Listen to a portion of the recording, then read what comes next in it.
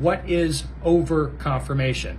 That is when you're over aiming at a target. So at a given distance, difficulty, a target, you're spending too much time refining your sight picture more than necessary in order for you to hit the intended target area. People might call that over confirmation, over aiming. Typically people think in terms of a time thing. They think they need to go faster. That's not really the way to fix over confirmation, is to think in terms of pacing. I think you're going to find that counterproductive. And what I mean by that is, if you have the idea in your head that you need equal height, equal light sight picture, just like that, or your dot needs to be stopped, stable, look like a red dot as opposed to a streak or a squiggle or something like that. If you're in the mode where you make your sight picture perfect, then you pull the trigger, then you make your sight picture perfect, then you pull the trigger, and you have it in your head, I just need to do that faster in order to get better. Like, I'm gonna keep practicing and I'll get faster at that. That's not really gonna happen. You don't need to think in terms of pace, you need to think in terms of process. There's a lot of different ways to confirm your sights. Pranka would call these different aiming schemes that you can apply, and then you want to apply the appropriate aiming scheme for the target that you're shooting. The first thing that you need to do is understand these different aiming schemes. So let's say if I'm going to shoot my tablet here 5 yards away, what aiming scheme would I need to get away with hitting it? Hitting it anywhere. I don't give a shit where I hit it, like just hit it. Based on training and experience, I could tell you if I see red squiggle anywhere in here shooting a red dot gun, I'm gonna hit the tablet. If I see front sight and then I just front sight through the rear sight, or maybe even I can ignore the rear sight and just see front sight flash on this thing at 5 yards, I'm gonna hit it. If I'm shooting something small like this at 10 yards, then my dot would need to be stopped and stable, and maybe even set a little bit high on the target area, to account for the offset. If I'm shooting iron sights, shooting this thing at 10 yards, I'd need the sights equal height, equal light, centered on that thing in order to hit it. Training and experience can tell you this. So the first thing to do is to understand what sight picture is going to work at different targets. I recommend set up different targets intentionally. Misalign your sights a little bit, play around, do some experimentation, and you're going to understand what your sights look like in order to hit an intended target area. Another excellent exercise is a confirmation drill that my buddy Juanza came up with. All you do is set a target at any distance. You can point your gun off to the side of the target, point it at the ground, look at the center of the target, bring the gun up, apply an aiming scheme to it, and pull the trigger. Some possible aiming schemes: seeing just the outline of your gun and reacting to that, pulling the trigger.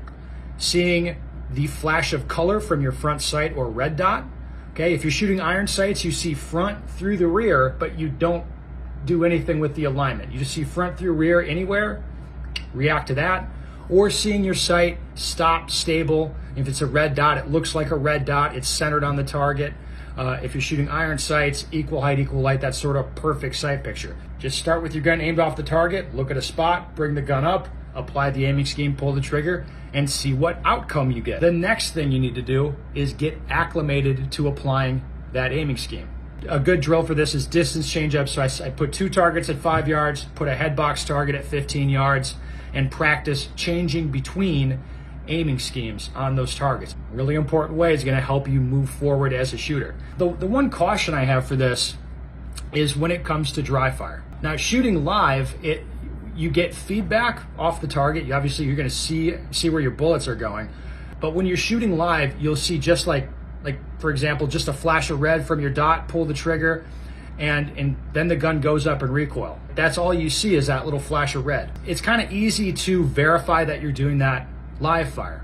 The hard thing is to just react to that flash of color when you're doing dry fire and not sort of cheat yourself. Good example of this is when you're doing practice with your draw. Like, let's say you have a target set up for dry fire, you draw your pistol, and you have a second beep set up on your timer. You have the par time set, so you're going to draw your pistol and get a sight picture on that target in some time.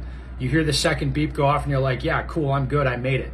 Now, what a lot of people do is they'll draw the gun, they see the flash of their sight, they hear the second beep, and then they start refining the sight picture further beyond that subconsciously, right? Because they're not firing a shot, they're just aiming at the target.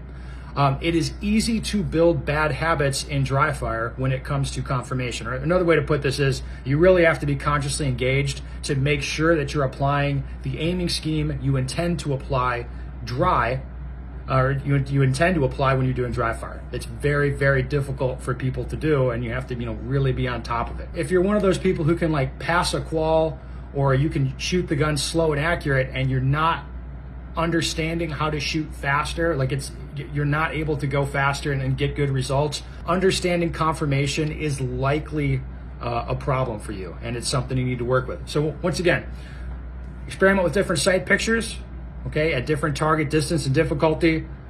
Then start applying those at speed. Just simple stuff, one shot, bring the gun up, boom, apply your sight picture. Then get acclimated to it with different targets mixed up in the same scenario or exercise, and then stay on top of it in dry fire.